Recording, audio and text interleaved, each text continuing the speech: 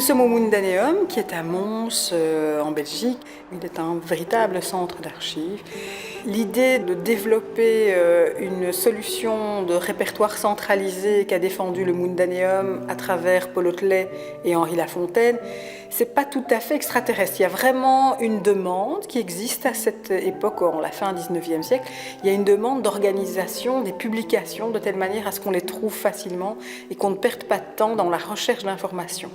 L'un des points forts de cette méthodologie, c'est d'être un moteur de recherche. On pouvait faire une recherche par auteur, par titre et par sujet. Et ça, c'était vraiment la première fois que c'était possible de le faire. Donc c'est vrai que quand on dit Google de papier, tout de suite on comprend qu'on a une idée en tête, on a un sujet en tête.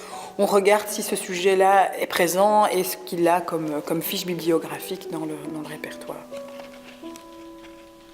Le label du patrimoine européen est attribué au Mundaneum, qui dispose de 3 implantations distinctes, avec notamment les activités pédagogiques, les activités événementielles et puis tout le travail à la fois conservatoire et administratif qui existe. L'espace muséal se structure autour de différents éléments. Parmi ces éléments, on va retrouver bien sûr les fiches bibliographiques, donc le répertoire. Donc on est vraiment happé par cette atmosphère et ce mobilier en chêne qui a été élaboré durant à peu près 40 années.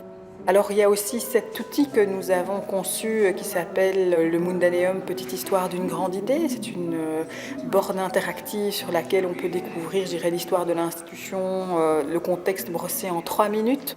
On peut comprendre ce que c'est qu'une fiche bibliographique et de voir à quoi ça correspond. Cette idée de mettre en place une fiche structurée autour de la classification décimale universelle. Et puis après, on peut découvrir le réseau des différents contributeurs.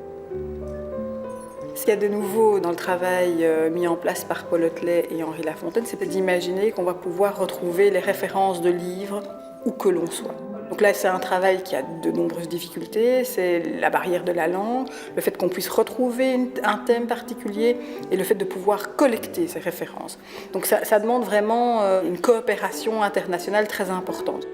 Peu importe le support, pour autant qu'on puisse travailler ensemble par rapport à, je dirais, différentes thématiques, et ce sera toujours quelque chose qui permettra de mieux comprendre l'autre, puisqu'à la base, c'était travailler sur la culture pour favoriser la paix.